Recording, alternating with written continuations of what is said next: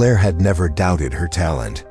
Since childhood, she had excelled in everything she did. School, university, and now, her career at a prestigious consulting firm in Paris. Her progress was impeccable, driven not only by her intelligence, but also by her work ethic, discipline, and passion for every challenge. Rumors of an impending promotion were in the air. Some said it would be her. Others claimed the competition was fierce. Claire, though excited, tried not to get her hopes up. She knew that in the corporate world, nothing was guaranteed until the contract was signed. Among all her colleagues, Mark was the one she felt closest to. Since joining the company 3 years ago, they had become confidants. Over lunches, they discussed work and life. Claire considered him a friend, not someone she shared deep secrets with, but someone she trusted within the workplace. However, in recent weeks, something in Mark's attitude had changed. Initially, it was almost imperceptible. Less enthusiasm in their conversations, shorter replies to her messages, smiles that faded too quickly. Claire thought he might be going through something personal. But then, the comments started. "You're lucky to be in this position," he said one afternoon, in a tone she couldn't quite decipher. Claire laughed, assuming it was a disguised compliment. "Well, I've worked hard for this," she replied lightly. Mark smiled, but there was something more in his gaze. Something hard to define. Days later, during a meeting with their direct boss, Claire presented an innovative strategy she had been preparing. For weeks, when she finished, the team congratulated her. But when she looked at Mark for his reaction, she found a neutral expression, lacking enthusiasm. It was the first time she felt an uncomfortable emptiness in her stomach.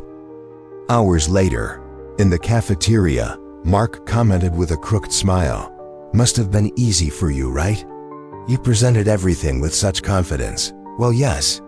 Although it took me quite a bit of time to prepare." "Of course. But some of us don't have the same ease," he said before quickly changing the subject. Claire was left with a strange feeling. It wasn't what he said, but how he said it.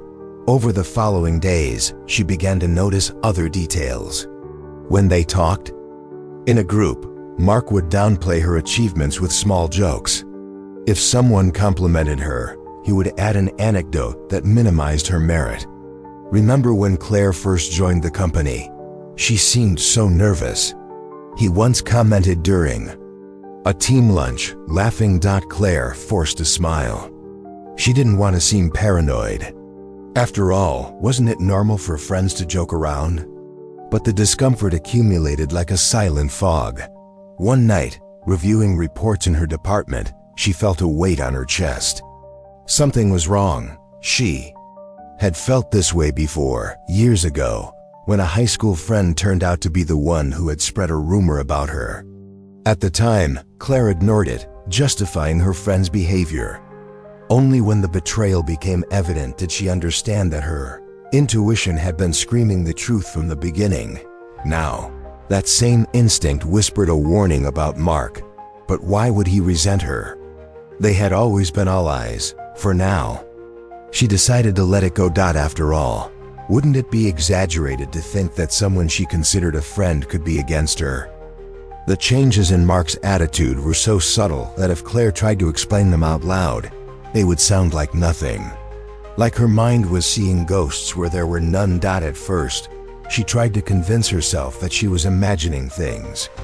Mark had always been her friend. He couldn't be behaving hostilely toward her, right?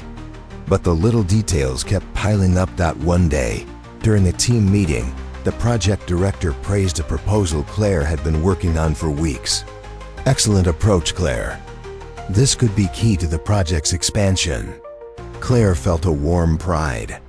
But before she could thank him, Mark intervened with a practiced smile. "Yes, although I think we had already discussed this idea before in the team, right?" Claire just gave it a good twist. The air in the room changed. What seconds before had been direct recognition of her work now seemed like a team effort in which she had only added a good twist. Claire felt a pang in her stomach but did not react. Was he doing it on purpose? Maybe he was just trying to include the team. Maybe Claire was overreacting, but this happened on several occasions. Every time Claire received praise, Mark found a way to dilute it, to make it seem less important. Small gestures, small phrases, small doubts planted in the minds of others. However, the hardest blow came a few weeks later. One morning, while reviewing a crucial document for an important presentation, Claire noticed something strange. Parts of the information were missing. Key details that someone should have shared with her and that she never received. She frowned and searched her emails. Nothing. She checked the company chats. Nothing. That's when she decided to ask directly, "Mark, do you remember the update to the report we discussed last week? I didn't get it." Mark looked up from his screen and shrugged. "Oh, I thought you already had it. I sent it to the team." "To the whole team?" "Yes, well, maybe I forgot to include you. But it wasn't that important anyway. It was important." Claire knew it. Mark knew it.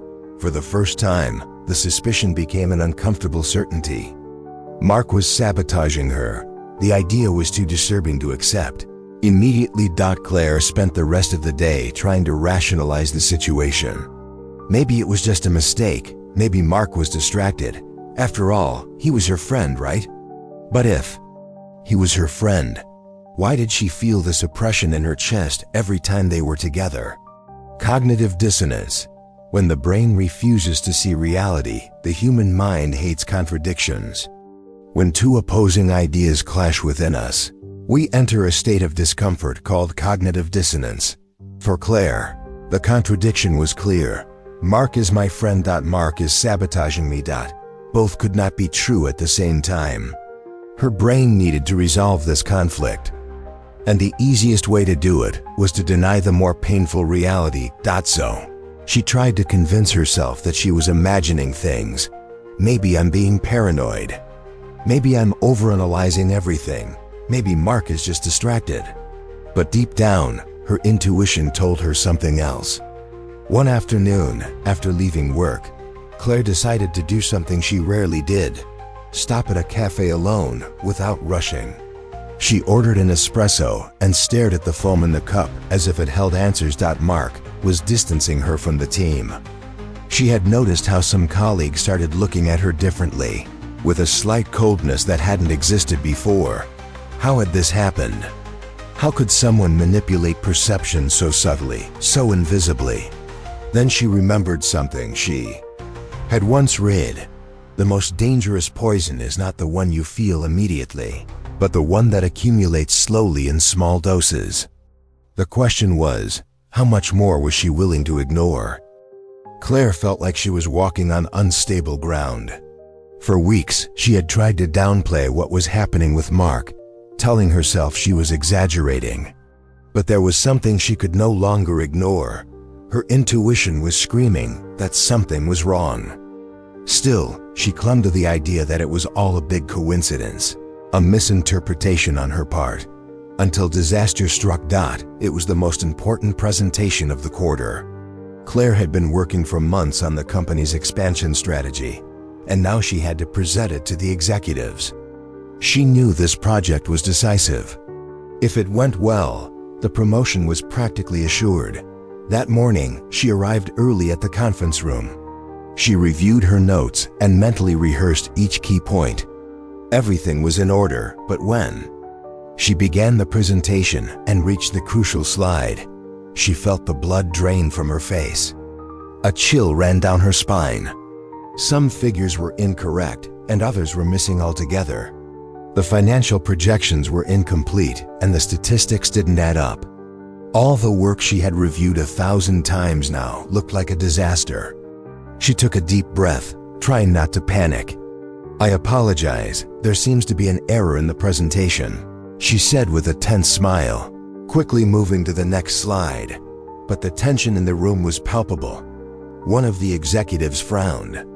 "Claire, this is the most important point of the project. Why isn't it accurately reflected?" She had no answer. She instinctively turned her head, looking for Mark at the table, and there he was, calm, watching her with a slight nod, as if surprised by her mistake, as if he knew nothing about what was happening. Claire felt a void in her stomach. She couldn't prove it, but she knew someone had altered the presentation, and that someone was sitting in front of her, watching her credibility crumble. When the meeting ended, Claire left the room with her head held high, maintaining her composure. But as soon as she crossed the door, she felt like she couldn't breathe. Her heart was pounding and her hands were cold. How had this happened? Who had access to her file? That same afternoon, Mark approached her desk with his friendly smile.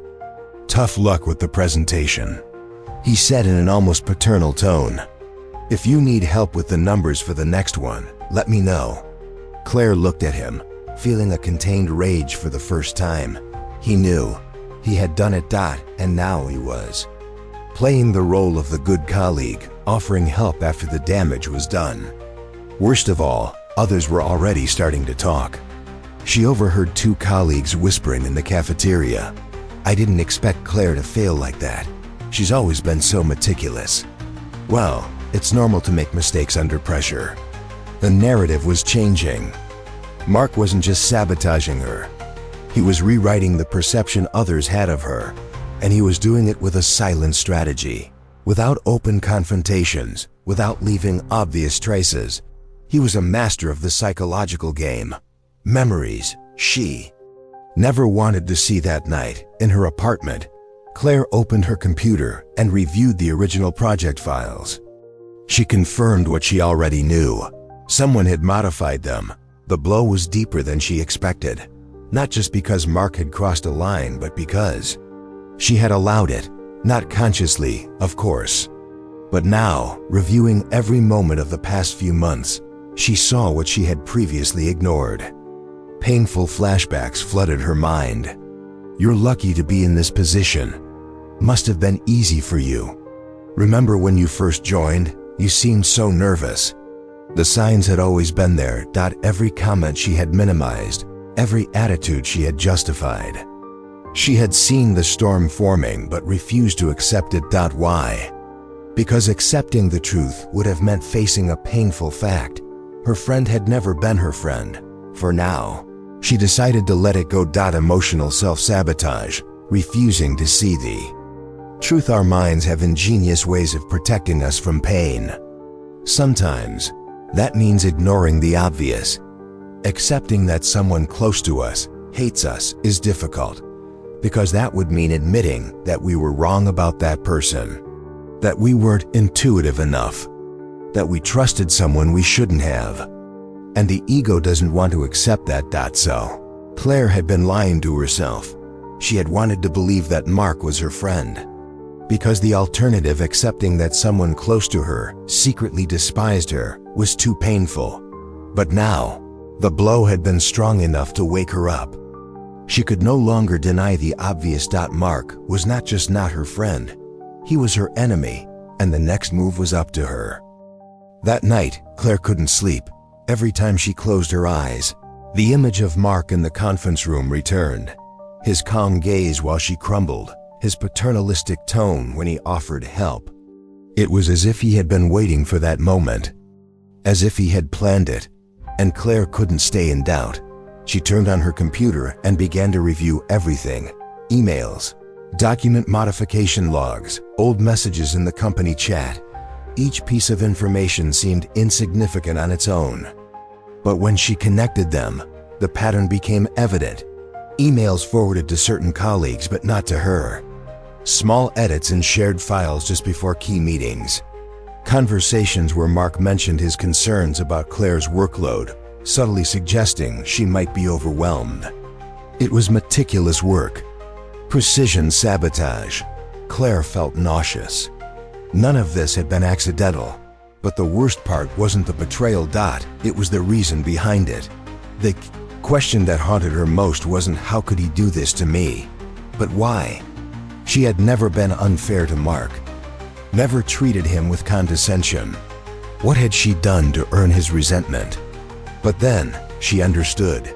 Mark didn't see himself as the villain. In his mind, he wasn't sabotaging her. He was restoring balance. To him, Claire had advanced too quickly, had too many opportunities. And though he would never admit it aloud, deep down, he felt he deserved more. Envy rarely recognizes itself as envy. Instead of saying, "I want what you have," the envious person tells themselves, "It's not fair that you have it. Something must be wrong." Mark had justified his resentment with a perverse logic. Claire isn't as brilliant as she seems. She must have had help or luck. I work harder than her. It's not personal. I'm just balancing things out. And so, what was really envy and frustration became a supposed struggle for justice.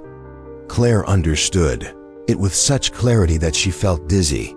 But that understanding didn't comfort her, because the problem now wasn't Mark. It was her. For the first time since starting her career, Claire questioned herself. What if Mark was right? What if she wasn't as talented as she thought?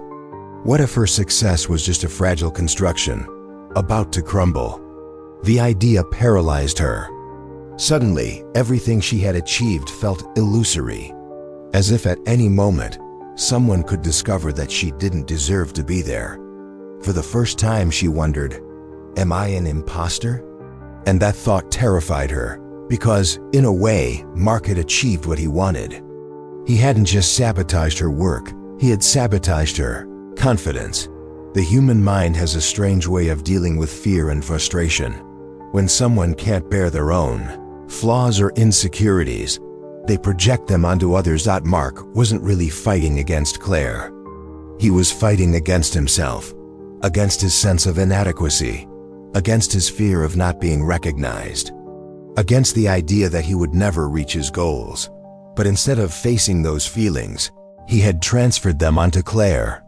And the worst part was that Claire, without realizing it, was starting to do the same. She had taken Mark's insecurities and made them her own. She had let his hatred sow doubt in her mind.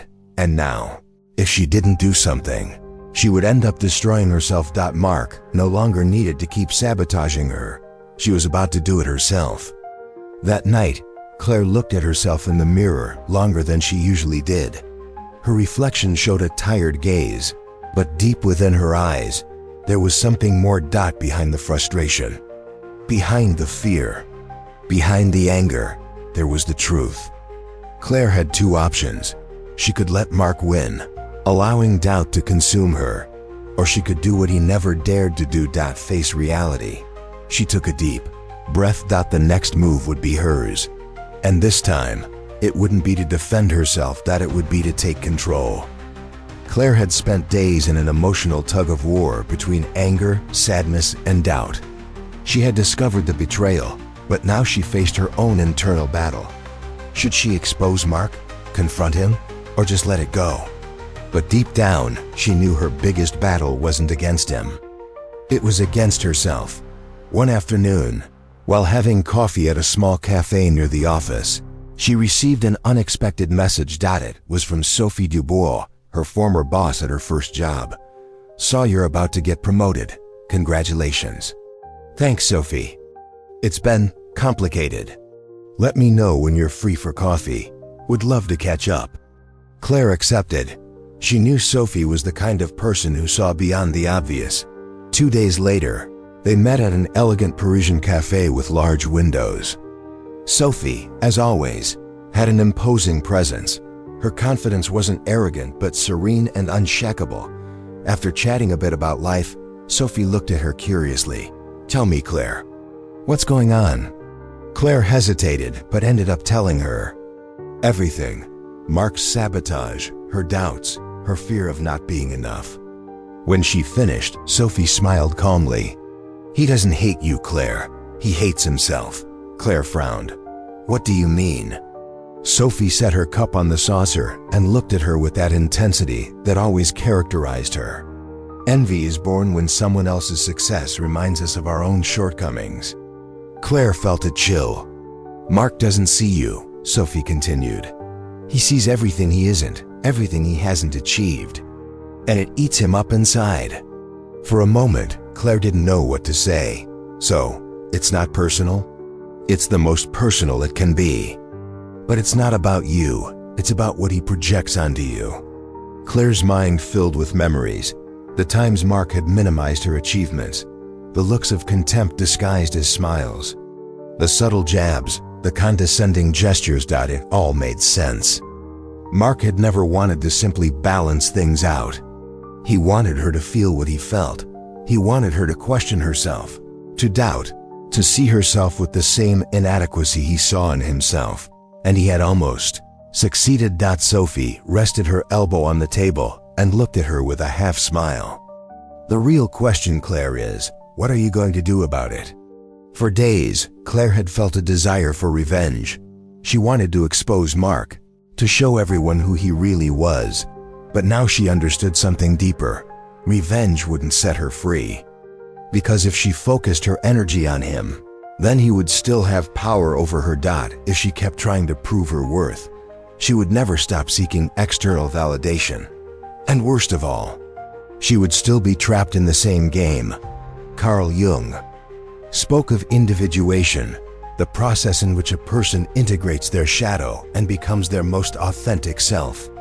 The shadow is our fears, our insecurities, the parts of ourselves we don't want to see. And Claire had just met hers, the part of her that feared not being enough, the part that sought validation in external recognition, the part that doubted her own worth when someone made her feel small. Mark had only been the mirror. There was no point in destroying him. She had to transcend him. From that day forward, Claire did something different. She stopped paying attention to Mark. She stopped reacting to his passive-aggressive comments. She stopped justifying her own success. She stopped doubting herself every time he tried to destabilize her. And something curious began to happen. Mark lost his power. His attempts at sabotage no longer affected her. People around her began to notice that Claire, instead of falling into his game, simply moved forward with more determination than ever. Without effort, without dramatic confrontations, Mark couldn't stand it, because indifference is the worst punishment for someone seeking control. The day they officially announced her promotion, Claire's gaze met Mark's in the office. She expected to see hatred, resentment. But what she saw was frustration and emptiness. Mark had lost, not because she had destroyed him, but because he couldn't destroy her. Claire smiled to herself and walked with her head held high. Finally, she had understood the most important lesson. True strength is not in fighting someone else's darkness. It's in illuminating your own. Mark wasn't the type to accept defeat easily. He had spent months constructing his narrative, manipulating situations, and planting doubts about Claire. But it had all crumbled before him. Now, he had one last move, and he would make it with the only weapon he had left: rumor. The news of Claire's promotion was official. Congratulations filled the hallways, and emails of recognition poured in from everywhere. It was a moment of triumph, but then, a whisper began to spread through the office. They say Claire didn't get the promotion fairly. Seems like someone recommended her in private. Maybe she had connections higher up. It was a subtle rumor, but effective. An attack on her credibility. Mark couldn't take away her promotion, but he could tarnish her image. And in a world where perception is everything, that could be just as destructive. Before, Claire would have felt anger. She would have defended herself vehemently, trying to prove her innocence. But now she knew something she hadn't understood before. Mark didn't want to destroy her with the rumor. He wanted her to destroy herself.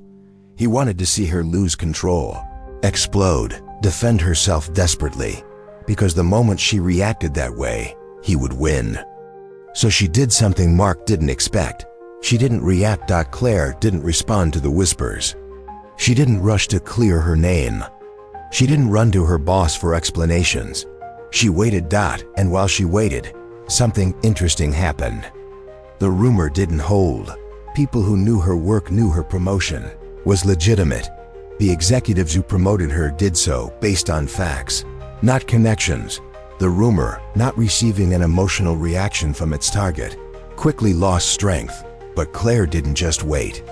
She had a strategy. After a few days, Claire requested an informal meeting with a key group of leaders within the company.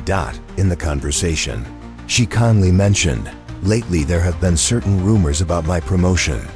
I want to ensure there is complete transparency regarding my work." Then, she presented a series of data, concrete results of her performance in recent months, projects in which she had exceeded expectations, emails from clients and executives highlighting her impact. But the most important thing was what she said last. "In these work environments, competition is normal. But it's essential that we base our opinions on facts, not speculation. Transparency is key to trust within the team." She didn't attack Mark directly. She didn't point fingers. She didn't make him the obvious villain. She just put her cards on the table. And that was enough. Because when someone tries to manipulate with rumors and their target responds with facts and confidence, the manipulator loses power. Mark was exposed without Claire having to get her hands dirty. After the meeting, Mark stopped making comments about Claire. He didn't congratulate her. He didn't attack her. He simply disappeared from her path, because now he knew he couldn't control her. He couldn't provoke a reaction. He couldn't shake her confidence. And when a manipulator loses power over their victim, they lose interest. The day Claire took possession of her new position, she didn't feel the euphoria she expected. Yes, it was an important achievement. Yes, she had worked hard to get there. But what truly filled her with satisfaction wasn't the promotion. It was the version of herself she had built in the process. Mark had taught her something unintentionally. In life, there will always be people trying to bring you down. There will always be someone who can't stand your success. There will always be those who project their hatred onto you. But in the end, the way you choose to respond defines who you are. And Claire had chosen the best possible response, not to play the game. With a final glance at her reflection in the office, she took a deep breath and smiled. Because, in the end, victory wasn't about winning against others. It was about not losing yourself. The office was calm. Claire, sitting in her new office with a view of the city, took a moment to absorb it all. The promotion, the silent battle, the transformation, but above all, the lessons. Because beyond professional success, this journey had shown her something much deeper. People don't hate you for who you are. They hate you for what you remind them they are not. Throughout her life, Claire had always thought that hostility came from malicious or cruel people. But now she understood something more complex. Envy, resentment, and hatred often stem from unresolved pain.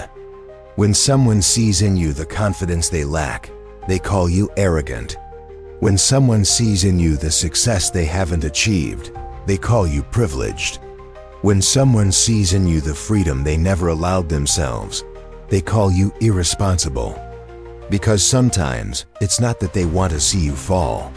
It's that they can't bear to see you fly when they never dared to. And that is their pain. Not yours. Claire thought about all the times she had doubted herself. Because of Mark. All the moments she had tried to justify the unjustifiable. And she knew she wasn't alone in that. Because how many times do we do the same in our own lives? How many times have we ignored signs that someone doesn't wish us well? How many times have we accepted disdain disguised as friendship? How many times have we let someone else's envy make us doubt our own worth? And most importantly, how many times have we been our own worst enemies? Because sometimes, we don't need someone like Mark in our lives to sabotage ourselves. We play that role ourselves. We punish ourselves for our mistakes. We tell ourselves we're not good enough. We fill ourselves with fear every time we're about to achieve something great. And the real question is, are we going to keep allowing it? Claire no longer saw Mark as an enemy. She saw him as a lesson, because thanks to him, she learned to recognize people who don't add value to her life. She learned to trust her intuition. She learned to stop seeking external validation. But above all, she learned to choose her own peace.